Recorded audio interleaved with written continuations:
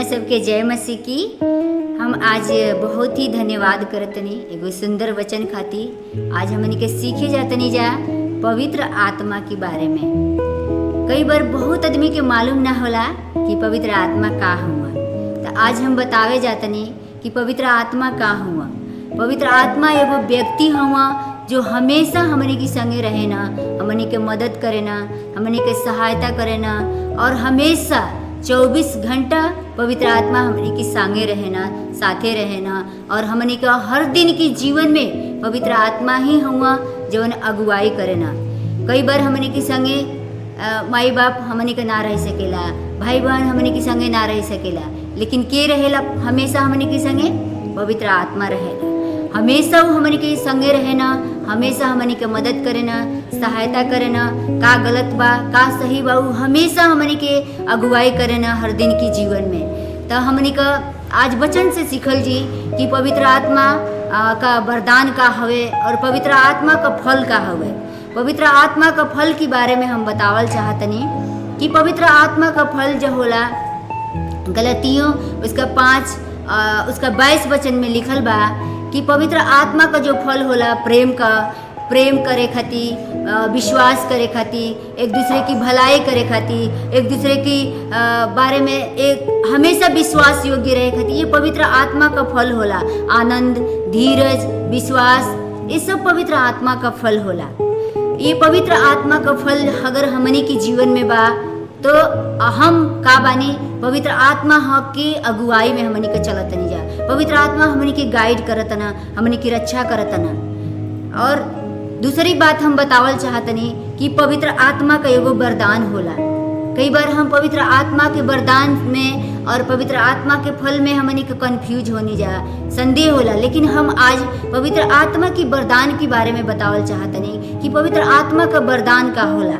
तो आप हमारे साथ में निकाल सकी न जा यशायाह का किताब ओकर 11 अध्याय और 2 वचन। यशायाह का किताब 11 अध्याय 2 वचन में ऐसे लिखल बा, यहोवा का आत्मा बुद्धि और समझ का आत्मा, युक्ति पराक्रम का आत्मा, ज्ञान और यहोवा के भय का आत्मा उस पर ठहरी रहेगी।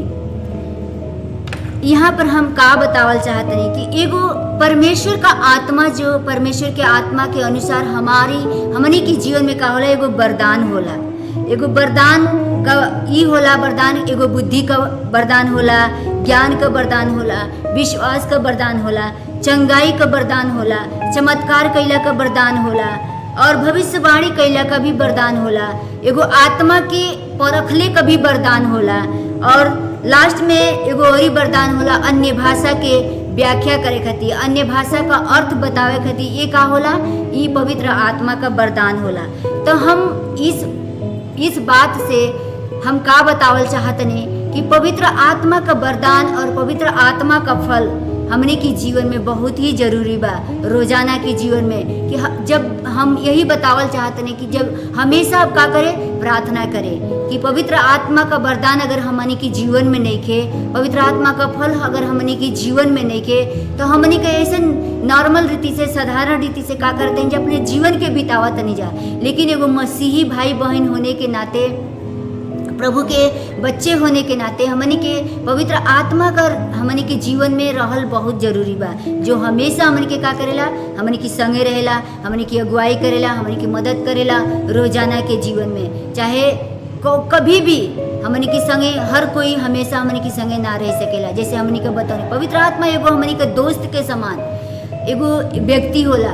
हम पहले बतानी पवित्र आत्मा हमनी के सहायता करे वाला हुआ।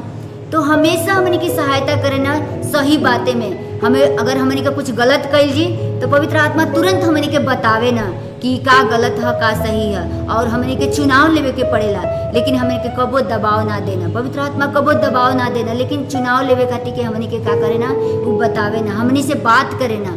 लेकिन कई बार हमनी के पवित्र आत्मा के सुन ना पाई ना जा, पवित्र आत्मा की ओर ध्यान ना देनी जा। यही से हमनी के गलत चुनाव लेनी जाए, गलत रास्ता पर चल जानी जाए, और बाद में जब गलत रास्ता पर चल जानी जा तब पछतानी जा कि काश हमनी के काहे खातिर ये कहनी जा, काश हमनी के केहू बतावे वाला रहल नहीं। लेकिन पवित्र आत्मा हमेशा गाइड करे ना, हमेशा अगुवाई करे ना पवित्र आत्मा कि का गलत होला का सही होला। तो हम यही बतावल चाहतनी ये वचन से कि हर दिन हमनी के प्रार्थना करे के चाहिए कि हर दिन पवित्र आत्मा हमनी के का करस, अगुवाई करस कि सही चीज़ों का चुनाव लेवे खातिर के, सही रास्ते में जाए खातिर के। और पवित्र आत्मा का फल हमनी के जीवन में हमेशा एक विश्वास का और धीरज का और चंगाई का, भलाई का, हमनी के परमेश्वर पवित्र आत्मा का जब वरदान हवे वो हमेशा लेके हमनी के चले के चाहिए। तो हम ये वचन से बतावल चाहतनी। अब बहुत बहुत धन्यवाद करतनी कि ये वचन जरूर हम सबसे बात कैले बा और प्रभु जी आपका जरूर इस वचन से आशीष कैले बाना। तो बहुत बहुत धन्यवाद आप सबके। जय मसीह।